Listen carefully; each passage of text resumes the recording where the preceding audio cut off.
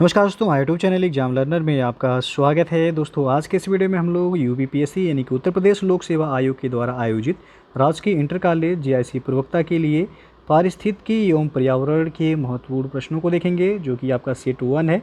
और ये GS part के लिए जो है काफ़ी महत्वपूर्ण है।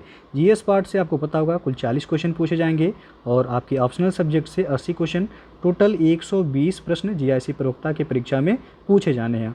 और इसमें 1/3 जो है निगेटिव मार्किंग है।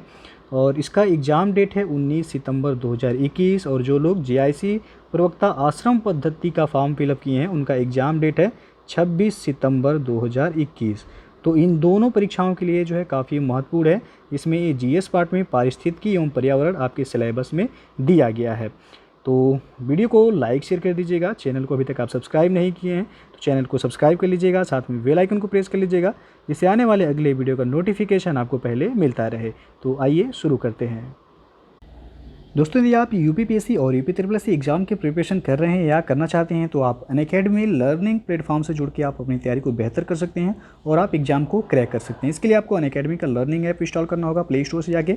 उसके बाद आप अपने मोबाइल नंबर से लॉगिन करेंगे। लॉगिन करने के बाद आपको गोल सेलेक्ट करना है। गोल यानी कि आप यूपीपीएससी की तैयारी करना चाहते हैं तो आप यूपीपीएससी और UP triple S C select करेंगे। फिर जो है आपको उसी से रिलेटेड वीडियो आपको देखने को मिलेगा। तो आप जो है सब्सक्रिप्शन लेके देख सकते हैं। सब्सक्रिप्शन लेते समय हमारा रेफरल कोड एग्जाम लर्नर जरूर यूज़ कीजिएगा, जिससे आपको 10% का डिस्काउंट मिल जाएगा। अनअकैडमी ज्वाइन करने के एडवांटेज आप देख सकते हैं यहाँ पे। फिर आपका यूपीपीएससी और यूपी ट्रिपल एस सी का मेगा सब्सक्रिप्शन ऑफर चल रहा है। यदि 12 मंथ का सब्सक्रिप्शन लेते हैं तो आपको 2 मंथ का फ्री जो है सब्सक्रिप्शन मिलेगा। 24 मंथ का लेते हैं तो 3 मंथ का आपको फ्री सब्सक्रिप्शन मिलेगा। और प्राइस हाइक होने वाला है बहुत जल्द, तो आप जो है जल्द से जल्द ज्वाइन कर सकते हैं। आपकी करेंट रेट में अभी आपको जो है सब्सक्रिप्शन मिल जाएगा। उसके बाद फतेह यूपीपीएससी स्कॉलरशिप टेस्ट जो है कराया जा रहा है अनअकैडमी पे, आप ज्वाइन कर सकते हैं। उसके बाद Shikhar UP triple S C PET exam के लिए जो है फ्री टेस्ट सीरीज अनअकैडमी पे कराया जा रहा है, इसे भी आप ज्वाइन कर सकते हैं। और आरओआर के लिए जो है फ्री टेस्ट सीरीज कराया जा रहा है अनअकैडमी पे, ये भी आप ज्वाइन कर सकते हैं। 7 अगस्त को, 14 अगस्त, 21 अगस्त और 28 अगस्त को ये जो है टेस्ट कराया जाएगा। पहला क्वेश्चन है पर्यावरण से पूछा गया अभिप्राय क्या है। तो 4 विकल्प है यहाँ पे, आप देख सकते हैं। इसका सही जो आंसर हो जाएगा डी ऑप्शन, उपर्युक्त सभी। पृथ्वी पर पाए जाने वाले भूमि, जल, वायु, पेड़ पौधों एवं जीव जंतुओं का समूह जो हमारे चारों ओर है, ये सामूहिक रूप में पर्यावरण कहलाते हैं। और पर्यावरण के ये अजैविक और जैविक संगठक आपस में अंतरक्रिया भी करते हैं और यह संपूर्ण प्रक्रिया एक तंत्र के रूप में संचालित होती है, जिसे हम पारिस्थितिकी तंत्र के रूप में परिभाषित करते हैं। और पर्यावरण संरक्षण अधिनियम 1986 के अनुसार पर्यावरण किसी जीव के चारों तरफ घिरे भौतिक एवं जैविक दशाएं एवं उनके साथ अंतःक्रिया को सम्मिलित करता है। और आपको पता होगा पर्यावरण जो है ये परि और आवरण शब्दों को जोड़ने पर पर्यावरण शब्द की उत्पत्ति हुई है। और पर्यावरण का शाब्दिक अर्थ होता है जो आवरण हमें चारों ओर से घेरा हुआ है। तो यहाँ पे जो है डी ऑप्शन से हो जाएगा और उपर्युक्त सभी यहाँ पे सही है। दूसरा जो क्वेश्चन है, निम्न में से किस एक का संबंध पर्यावरणीय सुरक्षा से नहीं है। तो 4 विकल्प है यहाँ पे। इसका सही आंसर होगा ऑप्शन बी, गरीबी कम करना। धारणी विकास एवं कागज के थैलों का प्रयोग पर्यावरणीय सुरक्षा के सकारात्मक पहलू से संबंधित है और वातानुकूलन का पर्यावरणीय सुरक्षा के नकारात्मक पहलू से संबंध है। जबकि गरीबी कम करने से पर्यावरण पर नकारात्मक एवं सकारात्मक दोनों प्रभाव पड़ते हैं। और दूसरे दृष्टिकोण से देखा जाए तो गरीबी का पर्यावरण से अप्रत्यक्ष संबंध है, जबकि धारणी विकास हो गया और कागज के थैलों का प्रयोग एवं वातानुकूलन का पर्यावरण से प्रत्यक्ष संबंध है। तो अतः जो है यदि पहले दृष्टिकोण के तहत गरीबी कम करने से पर्यावरण पर पड़ने वाले सकारात्मक प्रभाव को महत्व दिया जाए तो आपका यहाँ पे सी विकल्प सही होगा। लेकिन केवल यहाँ पे पूछा गया है कि निम्न में से किस एक का संबंध पर्यावरणीय सुरक्षा से नहीं है, तो आपका सही आंसर होगा ऑप्शन बी, गरीबी कम करना। तीसरा क्वेश्चन है भारत में पर्यावरण संरक्षण अधिनियम कब पारित हुआ था। ये तो पारित हुआ 1986 में, बी विकल्प सही होगा। पर्यावरण संरक्षण अधिनियम यानी कि एनवायरनमेंट प्रोटेक्शन एक्ट 1986 और भारतवर्ष में यह 1986 में पारित हुआ था और ये संपूर्ण भारत में आपका लागू है। चौथा जो क्वेश्चन है, पर्यावरण किससे बनता है। तो यहाँ पे सही हो जाएगा डी विकल्प, उपर्युक्त सभी जीवी घटकों से, भूआकृतिक घटकों से और अजैव घटकों से, इन सभी से। तो आपका डी विकल्प यहाँ सही हो जाएगा। छठवां जो क्वेश्चन है, धारणी विकास किसके उपयोग के संदर्भ में अंतरपीढ़ीगत संवेदनशीलता का विषय है? तो यह प्राकृतिक संसाधन, ये ऑप्शन सही हो जाएगा यहाँ। धारणी विकास ये विकास की वह अवधारणा है जिसके तहत वर्तमान की आवश्यकताओं के साथ साथ भविष्य की आवश्यकताओं को भी ध्यान में रखा जाता है। और धारणी विकास प्राकृतिक संसाधनों के उपयोग के संदर्भ में अंतरपीढ़ीगत संवेदनशीलता का विषय है। धारणी विकास का मुख्य उद्देश्य पृथ्वी के प्राकृतिक संसाधनों का न्याय संगत उपयोग, संरक्षण तथा उचित प्रबंधन करना है। और इस शब्द की व्याख्या 1987 में world commission on environment and development यानी कि WCED ने अपनी रिपोर्ट आवर कॉमन फ्यूचर में की थी। तो ये विकल्प यहाँ सही हो जाएगा। सातवां क्वेश्चन है, विश्व पर्यावरण दिवस जिस तारीख को मनाया जाता है वह कौन सी है? तो ये हमेशा क्वेश्चन पूछा जाता है, चाहे वो हायर एग्ज़ाम हो, चाहे वो किसी जो है C ग्रुप का या D ग्रुप का एग्ज़ाम हो। तो इन सभी परीक्षाओं में ये क्वेश्चन पूछा जाता है। C विकल्प से होगा यहाँ पे 5 जून को। विश्व पर्यावरण दिवस ये प्रत्येक वर्ष 5 जून को मनाया जाता है।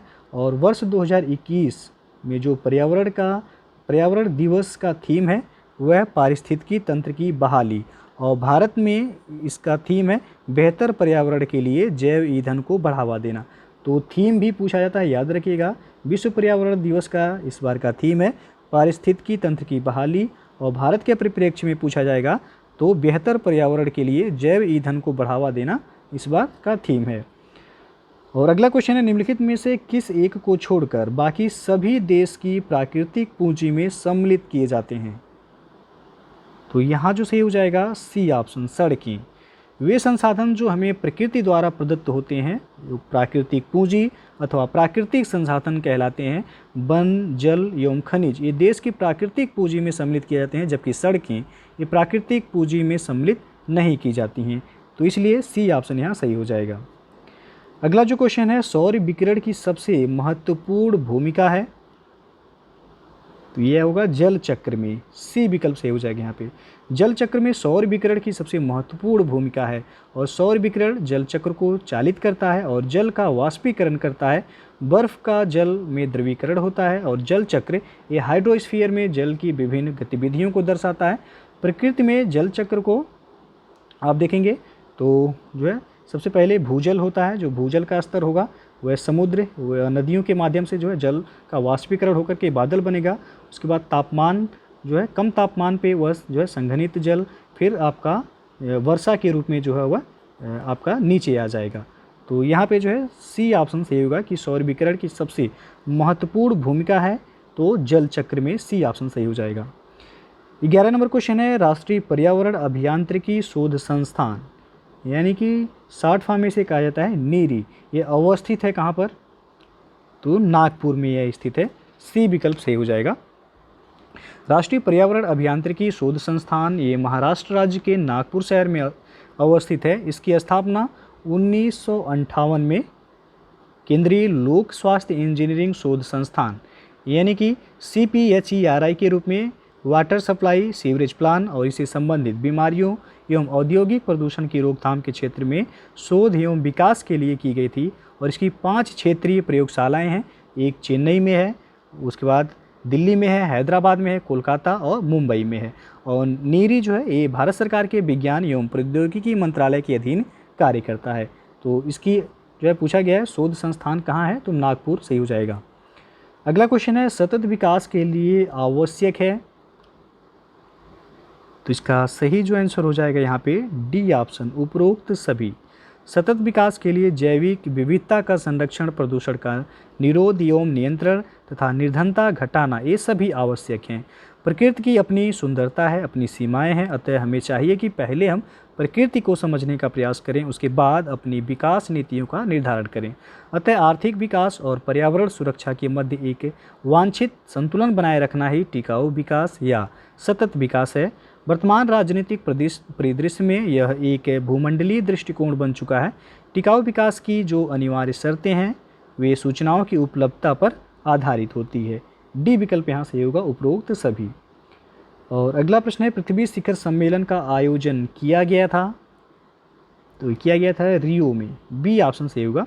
संयुक्त राष्ट्र संघ के द्वारा पर्यावरण एवं सतत विकास पर पहला पृथ्वी शिखर सम्मेलन 1992 में रियो डी जेनेरियो जो कि ब्राज़ील में है आयोजित किया गया था। और पृथ्वी सम्मेलन में 21वीं सदी के लिए पर्यावरणीय विकास हेतु कार्यक्रम निर्धारित किए गए और इन कार्यक्रमों को एजेंडा क्या नाम दिया गया, तो एजेंडा 21 नाम दिया गया। और इस एजेंडा को कई भागों में जो है बांटा गया था, जैसे कि विकासशील देशों में गरीबी निवारण व जनसंख्या नियंत्रण, सबको खाद्य स्वच्छ जल व सामाजिक सुरक्षा प्रदान करना, पूंजी स्थानांतरण को उदार बनाने पर बल देना और जैविक विविधता का सर्वेक्षण और संकटग्रस्त जीवों का संरक्षण करना जो है इन जो है प्रमुख भागों में से बांटा गया था। अगला क्वेश्चन है रियो 20 घोषणा पत्र का शीर्षक क्या था, तो इसका शीर्षक था द फ्यूचर वी वांट। ये विकल्प से हो जाएगा यहाँ पे। रियो 20 सम्मेलन का आयोजन प्रथम पृथ्वी शिखर सम्मेलन रियो डी जेनेरियो 1992 के 20 वर्ष पूरे होने के पश्चात किया गया था और वर्ष 2012 में ब्राज़ील के रियो डी जेनेरियो में आयोजित रियो 20 सम्मेलन के घोषणा पत्र का शीर्षक था द फ्यूचर वी वांट। तो ये ऑप्शन यहाँ पे सही हो जाएगा। अगला जो क्वेश्चन है पहला पृथ्वी शिखर सम्मेलन कहाँ हुआ था, तो आपको बताया जा चुका है रियो डी जेनेरियो ब्राज़ील में हुआ था। किस सन में, तो 1992 में। अगला क्वेश्चन है रियो डी जेनेरियो में संपन्न अंतर्राष्ट्रीय सम्मेलन था, तो यह था संयुक्त राष्ट्र पर्यावरण एवं विकास सम्मेलन और यह 1992 में आयोजित किया गया था। अगला जो क्वेश्चन है पृथ्वी के चारों ओर गैसों के समूह को क्या कहते हैं, तो यह कहलाता है वायुमंडल। सी विकल्प से हो जाएगा। और अगला जो क्वेश्चन है वायु एक, तो आपको बताना यौगिक है या तत्व है या मिश्रण है या फिर विद्युत अपघट्य है। तो यहाँ जो सही हो जाएगा सी विकल्प, मिश्रण है। वायु जो है ये विभिन्न गैसों का मिश्रण है। गैसों का यह मिश्रण वायुमंडल में पाया जाता है। इसमें नाइट्रोजन सर्वाधिक पाया जाता है, जिनमें 78% के करीब नाइट्रोजन पाया जाता है। ऑक्सीजन देखा जाए तो ये 21% के करीब पाया जाता है। आर्गन ये आपका 0.93% के करीब पाया जाता है और कार्बन डाइऑक्साइड 0.03% पाया जाता है। तो वायु क्या है, एक मिश्रण है। अगला जो क्वेश्चन है शुष्क हवा में नाइट्रोजन की मात्रा होती है, तो आपको बताया जा चुका है 78% के करीब। एग्जैक्ट यदि देखा जाए तो 78.08% यह पाया जाता है और ऑक्सीजन की मात्रा 20.95% पाया जाता है और आर्गन जो है ये 0.93%, कार्बन डाइऑक्साइड 0.038% पाया जाता है। तो ये जो है पूछा जाता है आपसे, जरूर याद रखिएगा। सर्वाधिक मात्रा में नाइट्रोजन पाया जाता है, उसके बाद ऑक्सीजन, फिर जो है आपका आर्गन पाया जाता है और कार्बन डाइऑक्साइड पाया जाता है। अगला प्रश्न है निम्नलिखित नोबल गैसों में से कौन सी वायु में नहीं पाई जाती है, तो यह है रेडान। सी विकल्प से हो जाएगा यहाँ पे। इसमें नाइट्रोजन पाया जाता है, उसके बाद आर्गन पाया जाता है, ऑक्सीजन पाया जाता है, कार्बन डाइऑक्साइड पाया जाता है, नियॉन पाया जाता है, हीलियम पाया जाता है, मीथेन पाया जाता है, रेडॉन इसमें नहीं पाया जाता है। तो सी ऑप्शन सही हो जाएगा। और अगला जो क्वेश्चन है यदि पृथ्वी पर पाई जाने वाली वनस्पतियाँ यानी कि पेड़ पौधे समाप्त हो जाएं तो किस गैस की कमी होगी, तो यहाँ पे आप देख सकते हैं ऑक्सीजन गैस की कमी हो जाएगी। डी ऑप्शन यहाँ पे सही हो जाएगा। पेड़ पौधे ये प्राण वायु ऑक्सीजन का उत्सर्जन और वायुमंडल को दूषित करने वाली एवं ग्लोबल वार्मिंग के लिए जिम्मेदार गैस कार्बन डाइऑक्साइड का अवशोषण करते हैं और अगर वनस्पतियाँ नहीं होंगी तो ऑक्सीजन की कमी से पृथ्वी के जीवन पर घातक प्रभाव पड़ेगा। तो इस प्रकार जो है पादप वायुमंडल में ऑक्सीजन और कार्बन डाइऑक्साइड के संतुलन को भी बनाए रखते हैं, इसलिए वनों को हरे फेफड़े भी कहा जाता है। तो यहाँ डी ऑप्शन सही होगा आपका। और अगला जो क्वेश्चन है निम्नलिखित में से कौन सा कार्य पेड़ पौधों का नहीं है, तो इनमें वायु का प्रदूषण, सी ऑप्शन सही हो जाएगा। पेड़ पौधे कार्बन डाइऑक्साइड का अवशोषण कर ऑक्सीजन की विमुक्ति करते हैं, यानी कि ऑक्सीजन ये पैदा करते हैं। इस प्रकार के ये वायु को स्वच्छ और पर्यावरण अनुकूल बनाते हैं, न कि ये वायु प्रदूषण का कारण है। विभिन्न क्षेत्रों में सड़कों के किनारे हरे वृक्षों की कतारें खड़ी करके ध्वनि प्रदूषण से बचा जा सकता है, क्योंकि हरे पौधे ध्वनि की तीव्रता को 10 से 15 डेसिबल तक कम कर सकते हैं। दोस्तों जो है अनअकैडमी पे यूपी पुलिस एसआई के लिए फ्री टेस्ट सीरीज जो है अवेलेबल है, जो कि 20 क्वेश्चन जो है डेली कराए जाते हैं इसमें, और जो है टाइम ड्यूरेशन जो है वो 30 मिनट का है। तो ये भी आप ज्वाइन कर सकते हैं अनअकैडमी पे। लक्ष्य यूपीपीएससी पीसीएस प्रीलिम्स के लिए टेस्ट सीरीज है, लोअर पीसीएस के लिए है, आरओ के लिए है। बैच कोर्सेज जो अनअकैडमी पे अवेलेबल हैं, आप देख सकते हैं यहाँ पे। तो ऑप्शनल यदि आपका सब्जेक्ट है पॉलिटिकल साइंस, सोशियोलॉजी, हिंदी या हिस्ट्री, तो आप जो है ज्वाइन कर सकते हैं अनअकैडमी पे। और साथ ही जो है 75 डेज का एक क्रैश कोर्स है यूपीपीएससी प्रीलिम्स जीएस का 2021 के लिए, जो कि 6 अगस्त से जो है बैच शुरू हो रहा है। जो लोग ज्वाइन करना चाहते हैं जुड़ सकते हैं। नीचे डिस्क्रिप्शन में जो है आपको लिंक दे दिया गया है। फिर आपका सीसेट के लिए ये जो सीसेट प्रीलिम्स के लिए जो है ये कराया जा रहा है, जो कि 11 अगस्त से बैच शुरू हो रहा है, तो आप इसे भी ज्वाइन कर सकते हैं। समीक्षा अधिकारी आरओ के लिए बैच जो है शुरू हो गया है, जो कि 10 अगस्त से ये कोर्स जो है आपको देखने को मिलेगा। तो जो लोग समीक्षा अधिकारी की तैयारी करना चाहते हैं आप जुड़ सकते हैं। नीचे डिस्क्रिप्शन में आपको लिंक मिल जाएगा। और सब्सक्रिप्शन लेते समय हमारा रेफरल कोड एग्जाम लर्नर ये ज़रूर यूज कीजिएगा, जिससे आपको 10% का वहाँ पे डिस्काउंट मिल जाएगा। तो ये रेफरल कोड आप ज़रूर यूज कीजिएगा। उसके बाद सुपर कॉम्बो सब्सक्रिप्शन अभी चल रहा है अनअकैडमी पे, और अनअकैडमी को आप जो है टेलीग्राम पे भी ज्वाइन कर सकते हैं, जिससे आपको मटेरियल वगैरह जो है मिलता रहेगा। अगला जो क्वेश्चन है, विश्व मौसम विज्ञान संगठन का मुख्यालय कहाँ अवस्थित है, यानी कि WMO। तो विश्व मौसम विज्ञान संगठन एक जो है संयुक्त राष्ट्र की विशेषज्ञ एजेंसी है, जो पृथ्वी के वायुमंडल की दशा और व्यवहार का अध्ययन करती है, और इसका मुख्यालय स्विट्जरलैंड के जेनेवा में है। ये विकल्प सही हो जाएगा। अगला क्वेश्चन है, यूनेप का मुख्यालय कहाँ अवस्थित है, तो यह है नैरोबी केन्या में। सी विकल्प से हो जाएगा।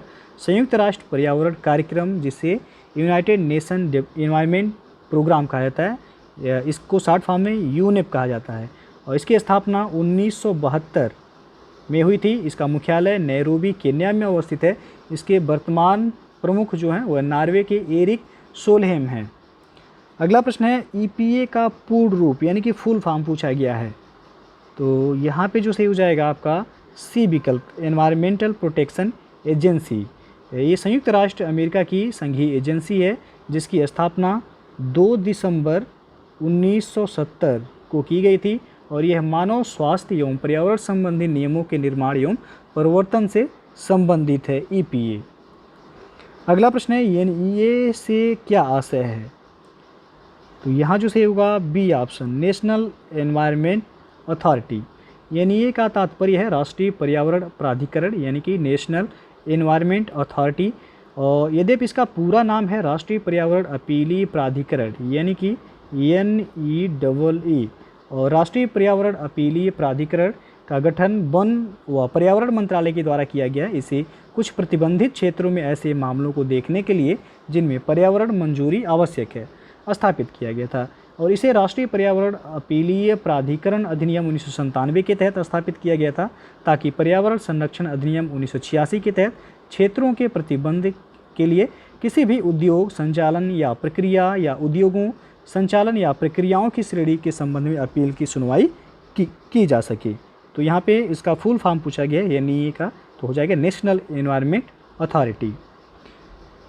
आगे बढ़ते हैं। अब ग्रीन पीस इंटरनेशनल का मुख्यालय कहाँ अवस्थित है, तो यह है एम्स्टर्डम नीदरलैंड में। ये ऑप्शन सही हो जाएगा। ग्रीन पीस इंटरनेशनल एक गैर सरकारी पर्यावरण संगठन है, जिसके कार्यालय 40 से अधिक देशों में स्थापित हैं, और इसका मुख्यालय नीदरलैंड के एम्स्टर्डम में स्थित है। और इकोमार्क उन भारतीय उत्पादों को दिया जाता है जो, तो यहाँ जो सही हो जाएगा सी ऑप्शन, जो कि पर्यावरण के प्रति मैत्रीपूर्ण हो, उनको दिया जाता है। इकोमार्क ये प्रमाण पत्र उन भारतीय उत्पादों को दिया जाता है जो पर्यावरण के प्रति मैत्रीपूर्ण हो। यह प्रमाण पत्र ब्यूरो ऑफ इंडियन स्टैंडर्ड्स द्वारा वर्ष 1991 से दिया जा रहा है। और पर्यावरण अनुकूल उपभोक्ता उत्पादों को चिन्हित करने के लिए सरकार ने आरंभ किया है, तो अभी बताया गया इकोमार्क, बी ऑप्शन सही हो जाएगा यहाँ पे। और धारणी कृषि यानी कि सस्टेनेबल एग्रीकल्चर का अर्थ है, तो इसका अर्थ है भूमि का इस प्रकार प्रयोग कि उसकी गुणवत्ता अक्षुण्ण बनी रहे। धारणी कृषि का अर्थ है कि पर्यावरण को अक्षुण्ण रखते हुए भूमि का इस प्रकार प्रयोग कि उसकी गुणवत्ता लंबे समय तक बनी रहे। और वर्तमान में भारत की लगभग 60% जनसंख्या कृषि पर निर्भर है और अत्यधिक जनसंख्या वृद्धि के कारण खाद्य समेत अन्य पदार्थों का उत्पादन बढ़ाने की आवश्यकता महसूस हुई। इसकी वजह से कृषि में रासायनिक खाद या उर्वरक एवं जहरीले कीटनाशकों का भरपूर उपयोग किया गया ताकि पैदावार बढ़ाई जा सके, परंतु इससे प्राकृतिक असंतुलन व मृदा की गुणवत्ता व उसकी उर्वरता को व्यापक क्षति पहुंची। इससे मानव के स्वास्थ्य पर भी दुष्प्रभाव पड़ा। इसे निपटने के लिए आज संपूर्ण विश्व का झुकाव सतत धाड़ी कृषि की ओर तेजी से बढ़ रहा है। इसके लिए जैविक खाद यानी कि बायो फर्टिलाइजर का प्रयोग किया जा रहा है। तो यहाँ पे जो है सी ऑप्शन आपका सही होगा। और अगला प्रश्न है, नीचे 2 वाक्यांश दिए गए हैं। कथन ये है कि प्राकृतिक वनस्पति जलवायु का सही सूचकांक है। कारण आर है कि जलप्रिय पौधे आर्द्र जलवायु में पाए जाते हैं। तो उपर्युक्त के संदर्भ में निम्न में से कौन एक सही है? तो यहाँ पे आपका ए विकल्प सही होगा। ए और आर दोनों सही है। आर ए का सही स्पष्टीकरण भी है। प्राकृतिक वनस्पति जलवायु का जो है सही सूचकांक है और वातावरण में कार्बन डाइऑक्साइड की बढ़ती मात्रा से हो रहे जलवायु परिवर्तन से प्राकृतिक वनस्पति में भी परिवर्तन हो रहे हैं। जल प्रिय पौधे यानी कि वाटर लविंग प्लांट्स या फिर एक्वेटिक प्लांट्स जिसे कहते हैं, जो जल में, जैसे कि वाटर लिली हो गया, ये दलदली भूमि में या फिर तालाबों के किनारे पाए जाते हैं और जलवायु की आर्द्रता कम होने पर इनका क्षरण होने लगता है। इस प्रकार स्पष्ट है कि कथन और कारण दोनों सही हैं और कारण कथन का सही स्पष्टीकरण है। तो ये ऑप्शन यहाँ सही हो जाएगा। अगला प्रश्न है, अब नगरीकरण एवं औद्योगिकरण हानिकारक है। तो यह सभी के लिए सही होगा। यहाँ डी ऑप्शन उपरोक्त सभी के लिए। अति नगरीकरण और औद्योगिकरण ये संतुलित विकास, पर्यावरण एवं पारिस्थितिकी तथा जैव विविधता के संरक्षण, इन तीनों के लिए जो है हानिकारक है। इसलिए आपका डी ऑप्शन सही हो जाएगा। तो दोस्तों ये था आपका पर्यावरण एवं पारिस्थितिकी से जुड़े कुछ महत्वपूर्ण प्रश्न, जो कि आपका सेट 1 है। तो यदि वीडियो अच्छा लगा हो तो लाइक शेयर कर दीजिएगा। चैनल को सब्सक्राइब नहीं किए हैं तो चैनल को सब्सक्राइब कर लीजिएगा। साथ में बेल आइकन को प्रेस कर लीजिएगा, जिससे आने वाले अगले वीडियो का नोटिफिकेशन आपको पहले मिलता रहे। तो वीडियो को पूरा देखने के लिए बहुत बहुत धन्यवाद।